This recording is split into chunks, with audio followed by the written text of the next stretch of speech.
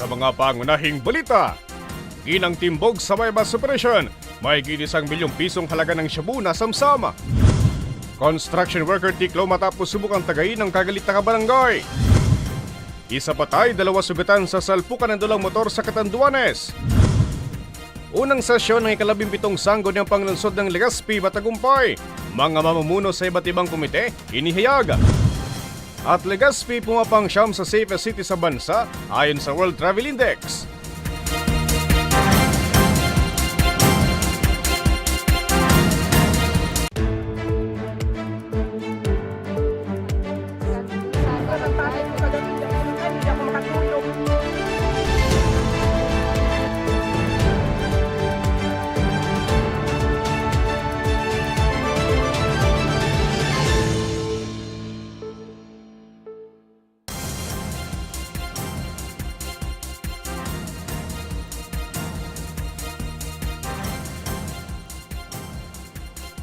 Magandang gabi!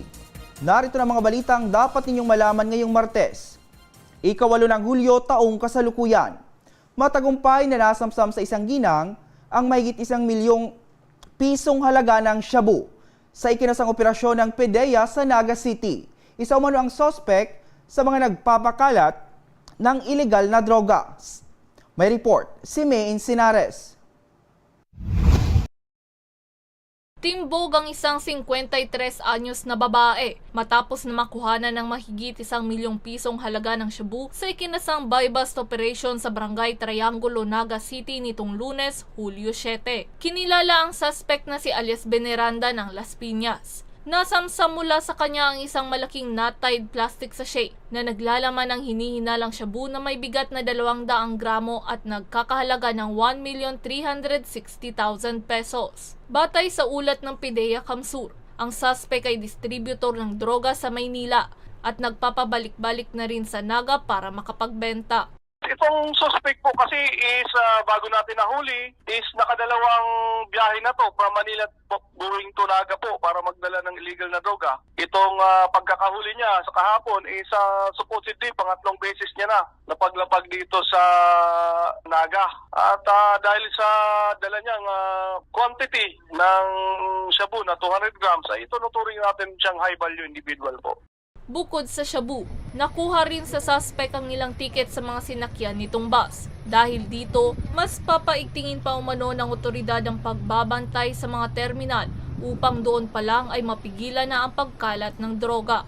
Siguro makikipag-coordinate po tayo dyan sa office na mamanage ang terminal at yung ating operatives naman po is nandyan na po covertly. Nandyan po yung ating mga undercover agents, naka-monitor at nagkakaroon naman po tayo ng screening dyan sa terminal pero hindi po yan on a regular basis dahil nga po din sa ating kakulungan dun sa personnel na magkakandak ng profiling ng mga pasahero at ginagawa po natin yung ating makakaya pag may mga report po tayo na may mga papasok na illegal drug sa terminal, agad po natin naman yan na-actionan.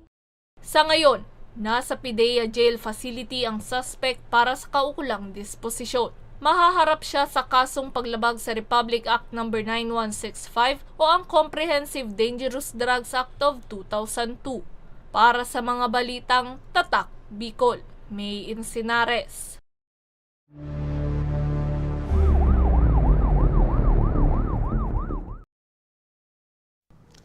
Arestado ang isang construction worker matapos niyang tangkaing tagain ang kanyang kabarangay sa Kasiguran, Sorsogon. Ayon sa PNP, matagal nang may alita ng biktima at ang sospek. May report si Rose Bilista. Arestado ang isang construction worker matapos nasapilitang pumasok sa isang bahay at subukang tagain ang kanyang kabarangay sa Poroksay Sitio San Ramon, Barangay Burgos, Kasiguran, Sorsogon, bandang 11:30 ng umaga nitong Linggo, Hulyo 6. Kinilala ang sospek na si alias Michael, 33 anyos, habang ang biktima ay kinilala naman na si alias Francis, 37 anyos. parehong residente ng nasabing lugar. Ayon sa Kasiguran Municipal Police Station, nadulas ang suspect dala ng kalasingan kaya bigo siyang mataga ang biktima. Matagal na rin umanong may hindi pagkakaunawaan ng dalawa. Katunayan, may mga record na daw ang mga ito sa barangay. Nagkaroon na nga ng dating pag-aaway, nagkaroon na ng dating pisikalan, pero naidaan pa rin sa barangay at naiayos.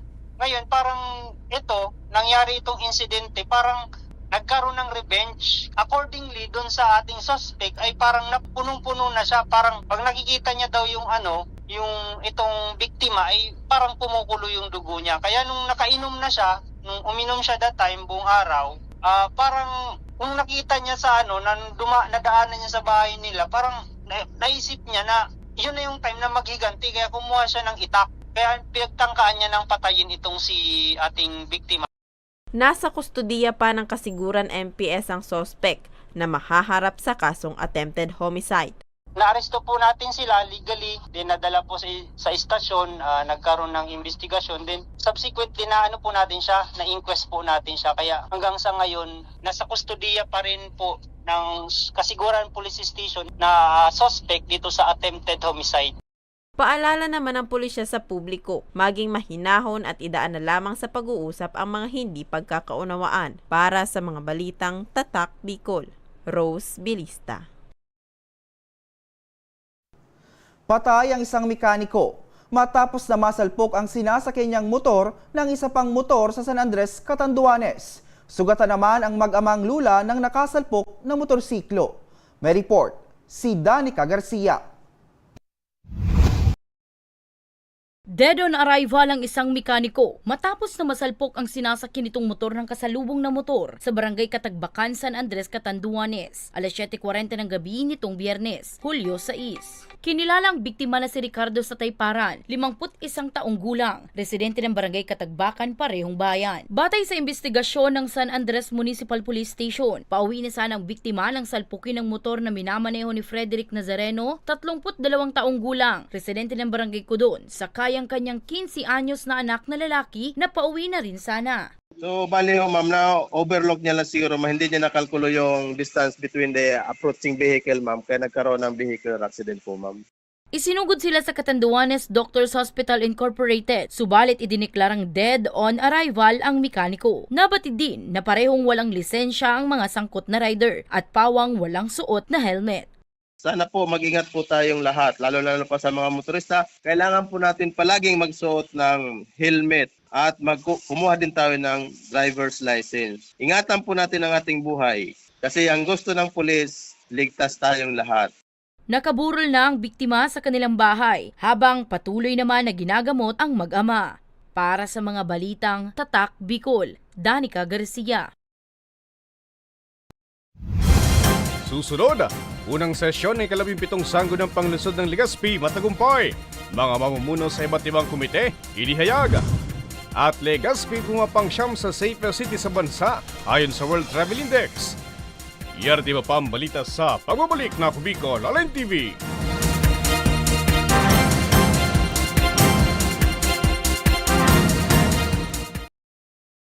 Libo-libo na ang mga nabigyan ng tulong medikal. Bata, matanda, kahit sino man, lahat ng mga may karamdaman, may maaasahan. Nagpapasalamat sa Ako Bicol Party List. Hindi po namin makakalimutan ang tulong na dinala ninyo dito sa aming bayan. Maraming salamat po. Dahil iisa lang ang tunay na nagmamalasakit. Ako Bicol, katabang na, kasurug pa. Problema sa tubig, agarang binigyang solusyon. Nagpatayo ng mga solar-powered water supply system sa mga liblib na lugar. Libre, malinis at maaasahang supply ng tubig 24/7. Nakulaon ng pagpapasalamat niya mo. Dahil may kamalilinguan habang kami nabubuhay. Nakulaon ining tabang para sa gabos na tao digdi. Salamat po. Para sa ating mga kababayang nasa laylayan, Ako Bicol, katabang na, kasurug pa. Tucked away in the province of Albay, known for its perfectly shaped Mayon volcano, Misibis Bay Resort, a locally owned 5-hectare private island resort. The resort is ready for all those looking to balance tranquility and adventure. This tropical destination is where guests can either choose to relax under the palm trees or have an adventure under the sun. It features modern and luxurious rooms and villas, recreational facilities, and sophisticated services.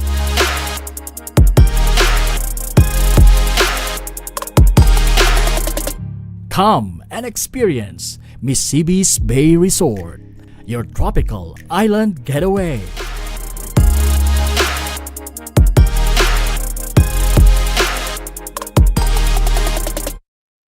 Daan-daan na po ang mga nakapagtapos at may mga kanya-kanya ng propesyon. Sa kanilang pagpupunyagi, walang masidlan ang kanilang mga ngiti. Yun at sa Gabos, nagpapasalamat po ako sa AKB. Gusto ko lang po magpasalamat sa Ako Bicol sa opportunity na tigtatao po arag po sa kuya na estudyante. Dahil naandyan lang, katuwang lagi. Ako Bicol, katabang na, kasurug pa.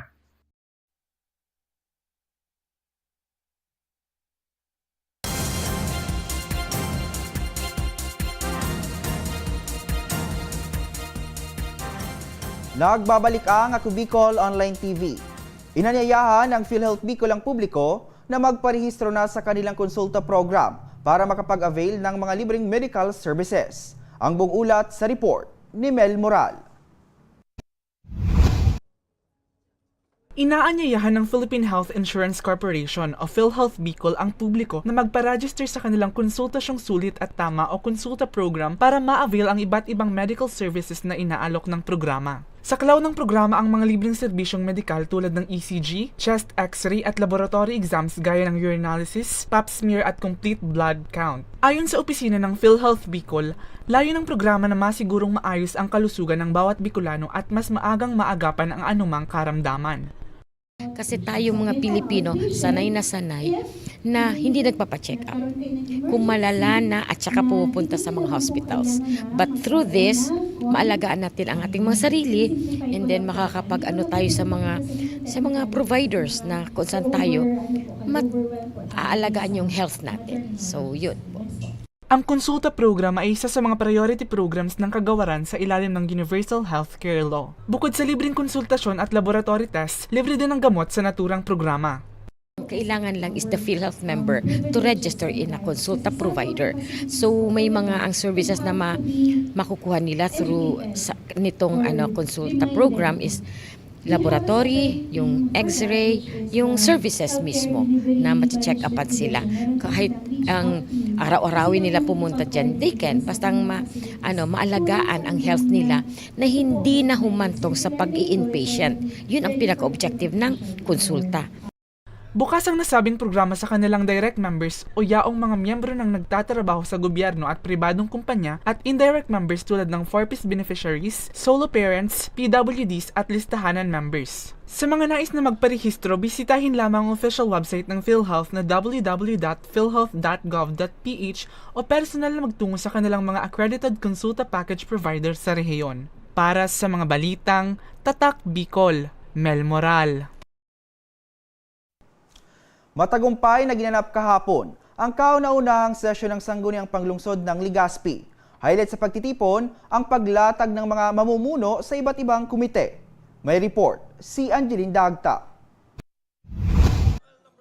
Pinangunahan ni Legazpi City Vice Mayor Luis Gutierrez ang kauna-unahang sesyon ng ika-17 Sangguniang Panglungsod ng Legazpi na ginanap kahapon Hulyo 7 sa isang hotel sa lungsod. Dumalo sa pagtitipon sina City Mayor Hisham Ismail, mga elected at re-elected councilors, department heads at 70 punong barangay. Isa sa highlight ng sesyon ay ang pagkakatatag ng mga komite at pagkakatalaga ng mga mamumuno dito. Pangungunahan ni Councilor Lo Beltran ang Committee on Finance and Appropriations, Committee on Public Works and Infrastructure at Committee on Games, Amusement and Entertainment. Pangungunahan naman ni Councilor Attorney Butch Lucila ang Committee on Laws, Rules and Oversight, Committee on Urban Planning and Resettlement at Committee on Public Utilities and Energy. Pangungunahan naman ni Councilor Sunshine Imperial ang Committee on Women, Children and Family Welfare, Committee on Health and Sanitation at Committee on Solo Parents, Persons with Disabilities and Other Vulnerable Groups. Si Councilor Charlton Lahara ang mamumuno sa Committee on Ways and Means, Committee on Environment Protection, at Committee on Public Order and Safety and Civil Defense. Committee on Cooperative Livelihood and Employment, Committee on Education, Science and Technology and the Arts, at Committee on Disaster Risk Reduction Management and Climate Change Adaptation naman ang papangasiwaan ni Councilor JP Lee. Committee on Human Rights and Social Justice at Committee on Fisheries and Aquatic Resources naman ang kay Councilor Renato Valladolid. Committee on Trade and Commerce, Committee on Good Governance, Public Ethics and Accountability at Committee on Tourism, Culture and Heritage ang kay Councilor Alan Ranyola. Committee on Agriculture at Committee on Social Welfare and Protection ang kay Councilor Ismael Buban IV. Papangasiwaan naman ni Councilor Vince Baltasar ang Committee on Information and Communications Technology and E-Governance at Committee on Sisterhood, Inter-LGU Partnership and International Relations. Committee on Senior Citizens Affairs at Committee on Sustainable Development Coast naman ang pangungunahan ni Councilor Alexander Hau, habang pangungunahan ni Councilor Mila Bal ang Committee on Barangay Affairs at Committee on Youth and Sports Development naman ang kay Councilor Nicolas Garbin.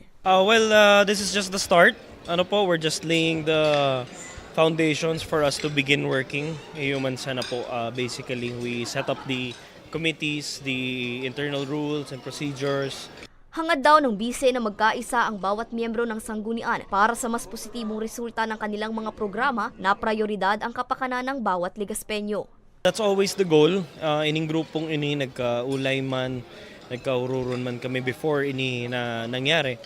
Ining inaugural session kung saan kami man nagkasararo gabos po na konsehal, magiging chairman kang sa tuyang mga komitibas, and all of that in search for progress of the city. Ang next na naman, we'll be preparing also for next year's budget. That's always a challenge. And then of course, second, all of these councilors gabos man po ini may mga saradiri man po na legislative agenda. Now, ang challenge sa Tuya is how to compile and collate all of this and put them all together under one direction, and yan po, gibuhan tamang giraray. We'll do our best. Pinasalamatan naman ng bagong alkalde ang mga pagsusumikap ng mga dating konsehal na nagbigay ng malaking ambag sa pag-unlad ng lungsod. Tiniyak din ng opisyal na ipagpapatuloy nila ang mga nasimulang programa ng administrasyon ni Congressman Pido Garbin Jr. Alam naman natin na karamihan sa mga ating mga councilors and vice mayor talagang hasa na pagdating sa legislative matters. Kaya alam ko na they can do their best, and ako rin as their city mayor, kakampi po nila ako para palakasin ang sa kanilang mga komitiba. Ang pagbubukas ng unang sesyon ay nagmarka umano ng isang bagong simula para sa Legazpi City. Para sa mga balitang Tatak, Bicol, Angeline Dagta.